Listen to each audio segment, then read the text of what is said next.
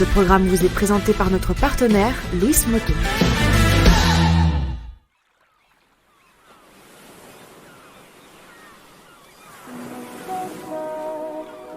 Est-ce que t'as déjà roulé à l'autre bout de la planète ? Parce que moi, clairement, jamais. Mais si je te disais que le paradis existe, et qu'en plus, il est français, tu me croirais ? Des plages de sable blanc, des eaux turquoises et des virages en pagaille dont aucun voyageur à moto n'oserait rêver. Mais si tu connais mon histoire, tu t'as bien douté que depuis un certain temps maintenant, je brûle d'envie d'aller poser mes roues sur des terres d'aventure fort lointaines. Et quoi de plus évident que de partir à des milliers de kilomètres de chez moi, tout en restant sur le territoire français ? J'avoue que j'adore cette idée. Mais alors que ce road trip était censé ouvrir en beauté la saison 2, il se trouve qu'il va finalement par la force des choses la terminer en clou du spectacle. Après des mois d'attente à cause de la pandémie, en novembre dernier, je profite d'une fenêtre de tir pour prendre des billets d'avion.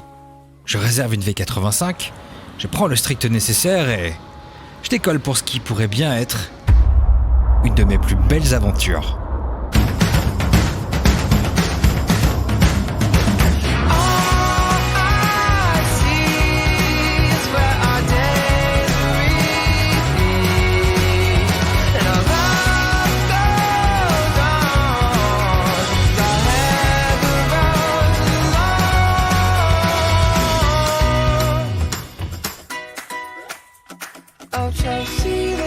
Le plan est simple, efficace et promet d'être particulièrement intense.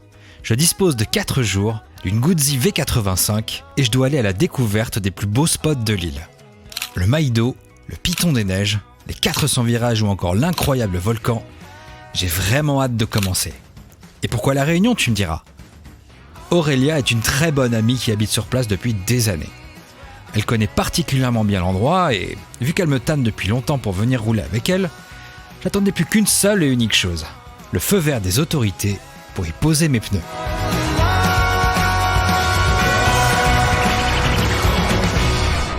Le V85 est juste là, je viens de le récupérer à l'instant, ça a pris quelques minutes. Et je suis crevé, donc là on va aller se poser chez ma pote Aurélia qui m'accueille avec son copain. J'ai plein de matos vidéo à préparer et je suis sûr que ça va être incroyable. Dans tous les cas, j'ai vraiment du mal à réaliser, mais j'ai tellement hâte de découvrir cette île unique en son genre. Je pars chez Aurélia et son mec pour prendre une douche, préparer les motos, les bagages, et le départ était donné pour passer la nuit au sommet du Maïdo. Eh, ça filme là. Eh oui, ça filme. Oh, C'est bon ? c'est magique. C'est magique ? Ouais, On y va ?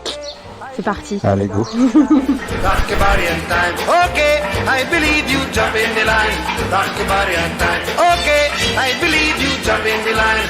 Rock your body and time. On est enfin sur la route. Je suis trop content, ça a l'air d'être incroyable. Et on s'est arrêté une fois et j'en ai déjà pris plein la poire. C'est un truc de fou ici. Je découvre alors très vite une végétation propre à l'île, des virages de folie, le spectacle commence doucement, mais vraiment sûrement. Tango waltz or the rumba. See Nora's dance has no title. You jump in the saddle, hold on to the bridle. Jump in the line, rock your body and time. Okay, I believe you jump in the line. Rock your body, child. Jump in the line, rock your body in time. Somebody help me. Jump in the line, rock your body in time. Oh. Shake, shake. Après quelques heures de route et une météo incroyable, on arrive au soleil couchant à notre point de vue. On voit rien du tout. On voit que dalle. Eh ben voilà, c'est ma fête ça. C'est l'arnaque ce pays là. Culminant à 2200 mètres d'altitude, le sommet du Maïdo est situé sur le territoire de Saint-Paul. Il domine le cirque naturel de Mafat et le spectacle est bien au-delà de ce que j'imaginais. Okay, I believe you.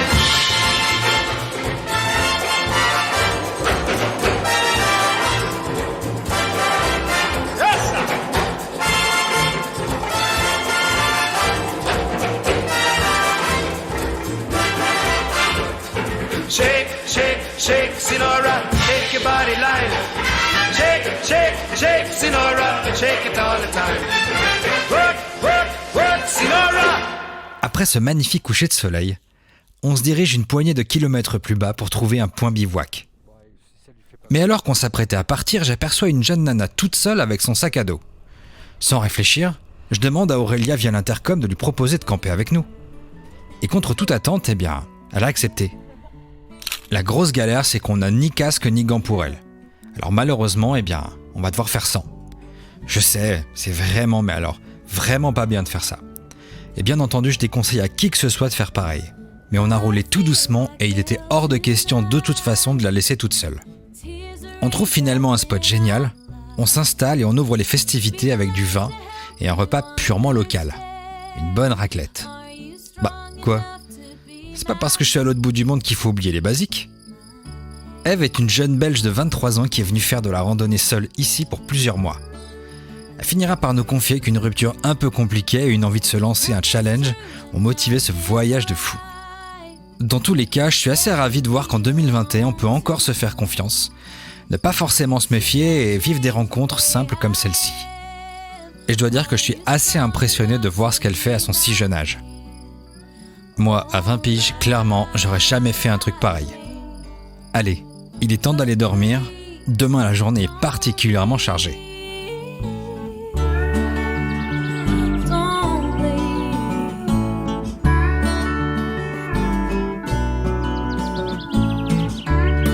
Au petit matin, on profite du lever de soleil aux aurores pour ramener Eve sur son chemin quitté la veille. La vue étant bien plus dégagée qu'hier, l'horizon est juste hallucinant. Et le moins qu'on puisse dire, c'est qu'on n'est pas du tout les seuls à s'être invités à la petite fête. So try and love me if you can. Are you strong enough to be my man?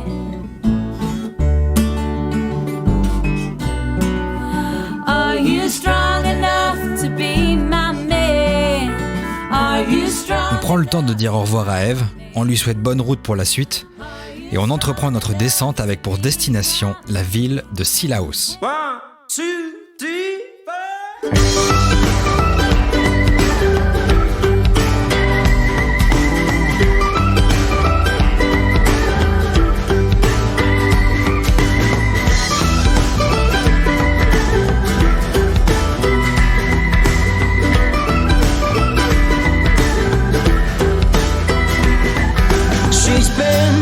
Je découvre avec un agréable étonnement qu'ici, le bivouac est bien plus toléré qu'en métropole. Il y avait des campeurs partout, va savoir pourquoi. J'avoue que cette ouverture d'esprit donne vraiment envie et que ce soit dans les Alpes ou les Pyrénées, je comprends pas toujours pourquoi je me sens si coupable quand je fais du bivouac. But she could not see that everything she wanted was inside of her. Dans tous les cas, on poursuit notre route et le temps de croiser une amie d'Aurélia à la plage, j'en profite pour prendre un peu de hauteur pour admirer le bord de mer. Don't need no mournful sounds. Shake your grave close to the ground. Shake your grave clothes off. Shake your grave clothes. Shake your grave clothes off. Shake your grave clothes off. Très jeune moutarde et curieuse, Margot prend la température et grimpe sur la godille non sans appréhension. Ah, c'est sûr que ça change de la 125, hein. Shake your grave clothes off. Shake your grave clothes. Shake your grave clothes off. Shake your grave clothes. Tu dois savoir qu'ici, le soleil se couche très tôt, en début de soirée.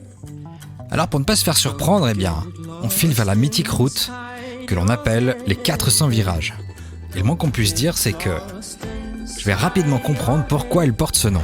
C'est une folie furieuse cette route. Lost inside your head. She's been wishing she was the best and the brightest. Scared to give what she's got. No, he wouldn't give it away. Regarde ce truc de dingue. Je crois n'avoir jamais roulé des courbes aussi alambiquées. C'était assez perturbant, mais en même temps assez stimulant, je dois dire. Je garde prudemment les yeux collés sur la route et, au fil des kilomètres, la nuit tombant, le ciel semble se couvrir. Allez, prions pour que ce ne soit pas le présage d'une pluie s'invitant pour le lendemain. Après quelques heures, on arrive à notre gîte situé à Cilaos à 1200 mètres d'altitude. Et après un petit resto local à découvrir le rougail saucisse, c'est un petit plat typique de l'île. On part enfin s'écrouler de fatigue dans nos lits. Shake your grave close to the ground.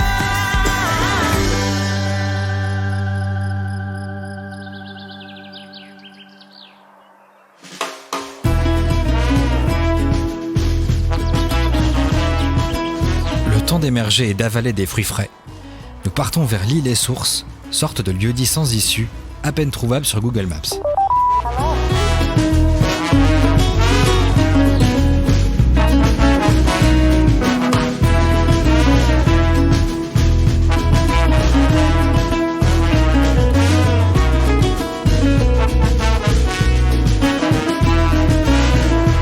La route était complètement dingue et on était dans une ambiance purement tropicale.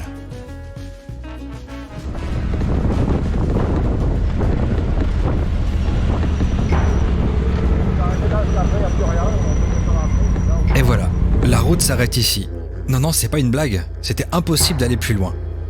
C'est une vraie impasse, on était obligé de faire demi-tour.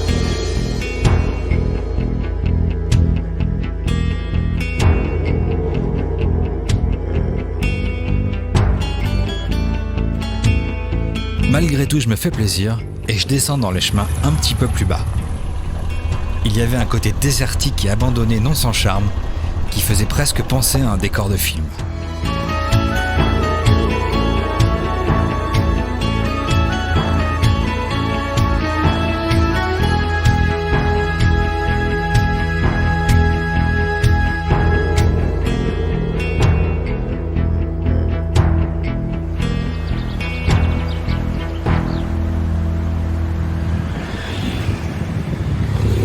Quelques mètres plus loin, on tombe sur une espèce de restaurant où le tenancier nous parle de moto, mais j'avoue que j'y comprends quasiment rien. C'est moi plus trop envie de la moto. Ah, Voilà, c'est que après qu'on me dit ici, venez, vous les jeunes quand on habite ici là, voilà, moitié d'année, bien pas trop rouler moto. Ah ouais. Bien, Et madame, elle aime pas la moto, madame? Madame non. Madame n'aime pas du tout. Ah ouais? Parle pas de moto, dit aux soldats. Ah, soldat? Bon, monsieur, 10 alors. potes, 10 paiements, 10 poutres, Ok, alors, 23,90. que des bons. C'était une sorte de mélange entre du créole et du français. J'avais beau tendre l'oreille, rien n'y faisait. Et malgré tout, c'était quand même assez hypnotisant à écouter. Après avoir bien mangé, on reprend la route des 400 virages dans le sens inverse pour aller dans notre gîte du soir, au pied de l'endroit que j'attends le plus. Mais patience, ça, c'est réservé pour demain.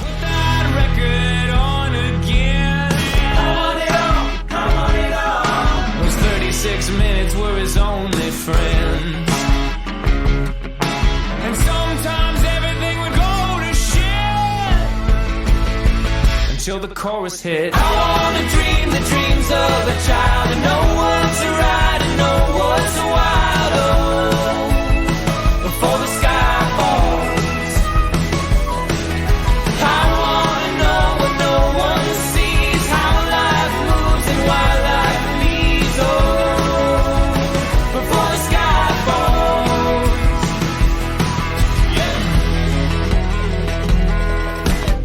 Alors qu'on faisait une petite pause, un habitant du coin nous demande ce qu'on peut bien faire là avec nos motos. Je lui raconte alors que je viens de Paris et il me répond qu'il faut vraiment être fou pour faire autant de kilomètres pour venir rouler jusqu'ici. Quoi qu'il en soit, on poursuit nos kilomètres en direction de notre chalet.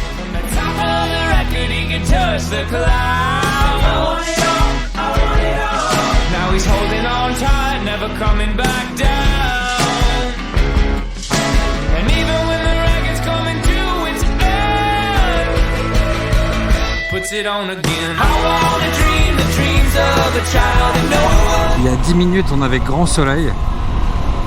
Et là, on rentre dans une espèce de bloc de nuages. C'est assez impressionnant. Et ça, c'est vraiment, mais en quelques minutes, quoi. C'est un truc de fou. La brume mélangée au paysage, cet endroit ressemble parfois à s'y méprendre à l'Auvergne. J'avoue que c'est assez saisissant.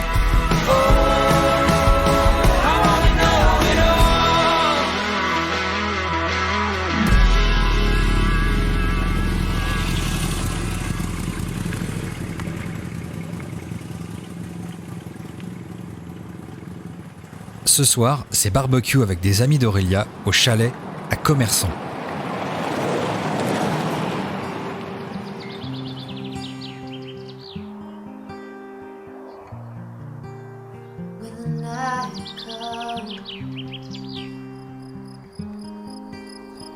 Je Je suis vraiment très content parce que la soirée s'annonce exactement comme je les aime. Un feu, un barbecue et des potes pour refaire le monde sous les étoiles. J'apprends à connaître Chloé et Alexandre, les 2 amis d'Aurélia. Lui est un voyageur qui s'est trouvé, alors que c'est plutôt elle qui semble se chercher. Mais ce qui est sûr, c'est que les amis de mes amis sont mes amis. Alors, on a festoyé dans les règles, dans une ambiance parfaite pour terminer cette journée. Et demain, le spectacle promet d'être grandiose. Salut! Attention à la route, hein.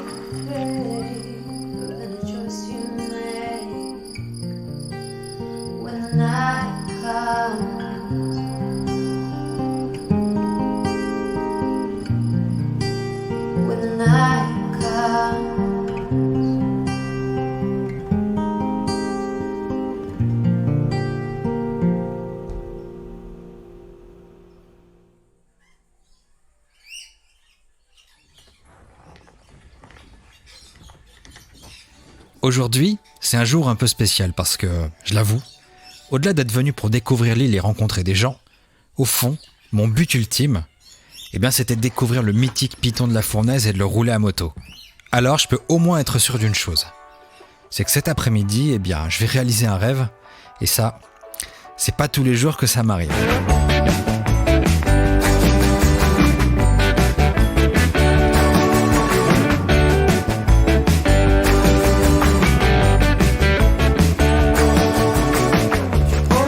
Au fil de l'ascension, je découvre des forêts que l'on confondrait très facilement avec les Vosges au regard de la brume épaisse qui nous entoure. Et pourtant, plus on grimpait, plus on changeait d'univers. La vue se dégageait pour laisser place à des paysages terriblement martiens.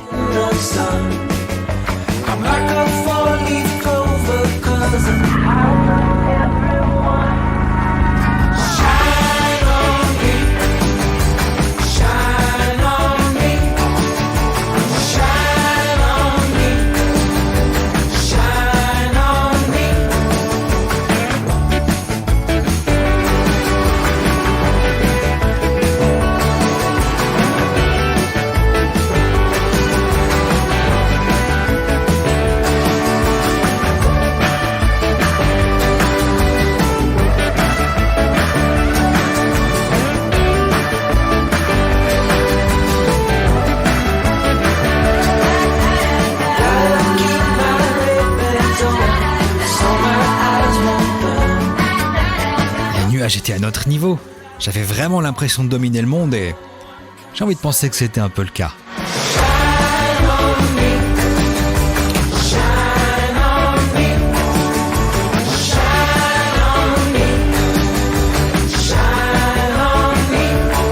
On prend la direction de l'endroit qu'on appelle la Plaine des Sables, située à plus de 2000 mètres d'altitude. On n'était pas sur Mars, ça c'est certain, mais en revanche, j'ai bien fini par me demander si l'avion ne m'avait pas déposé sur la Lune. Oh putain, ce truc de fou! Et alors que je n'étais pas prêt du tout,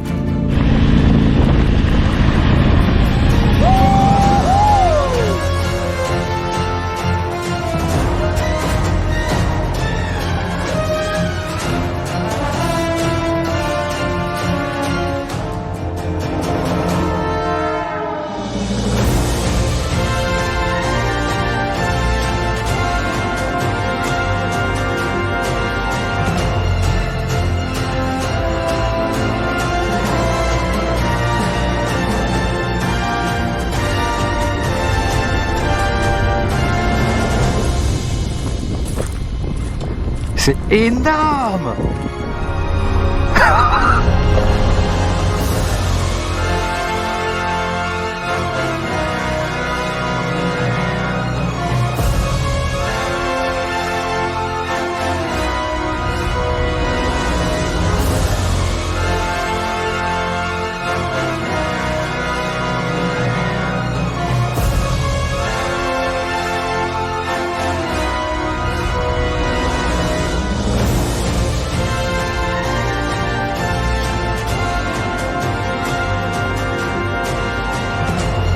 Ah là là, c'était certainement l'horizon le plus dépaysant que j'ai pu voir de toute ma vie.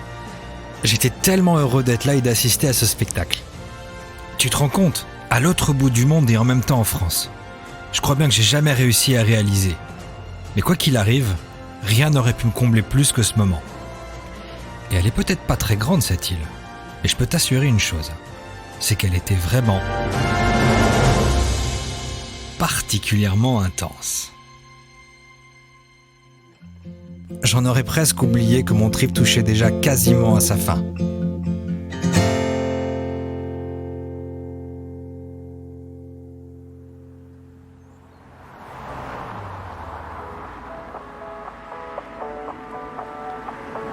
Le lendemain matin, alors que j'allais rendre la Guzzi et prendre mon avion dans la foulée, contre toute attente, je reçois un message un peu fou. On me propose de survoler l'île dans un véhicule complètement dingue. Tu sais, c'est le genre d'opportunité qui serait vraiment indécent de refuser. Alors que tout était calé et mon départ prévu, je me mets un gros coup de pied au derrière, je décide de changer mon billet, j'appelle la concession pour tout décaler d'un jour, et je file en direction de mon rendez-vous très spécial.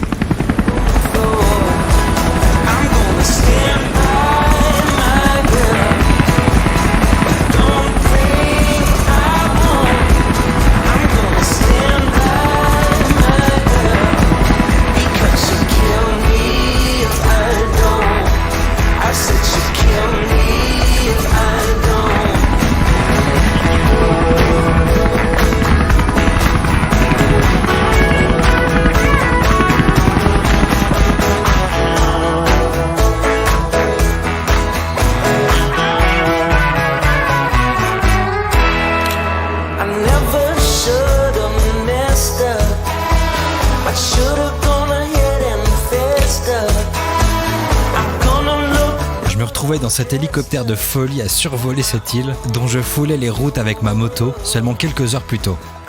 Et j'étais là dans les airs à savourer ce moment d'une grande valeur.